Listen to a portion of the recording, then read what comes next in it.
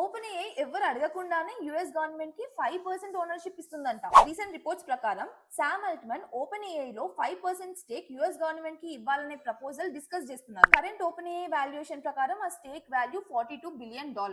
And open AI ఒకటే కాదు, future లో అన్ని ఏఐ కంపెనీస్ ఇలా యుఎస్ పబ్లిక్ ఫండ్ కి కాంట్రిబ్యూట్ చేయాలి అని ప్రపోజల్ ఉందంట. ఎందుకు ఇట్లా చేస్తున్నారంటే రీసెంట్ గా ఏఐ కంపెనీస్ మీద పొలిటికల్ ప్రెషర్ ఎక్కువైపోయింది. రెగ్యులేషన్స్, ఏఐ సేఫ్టీ, జాబ్స్ ఇలా చాలా డిస్కషన్స్ అవుతున్నాయి. సో గవర్నమెంట్ తో బెటర్ రిలేషన్స్ మెయింటైన్ చేసుకోవడానికి ఇలాంటి ఐడియాస్ డిస్కస్ చేస్తున్నట్లు చెప్తున్నారు. నాకు చదివినప్పుడు ఏమనిపించిందంటే current safety auditing, checks and security, restriction, control అనేది గవర్నమెంట్ చేతిలో ఉంది.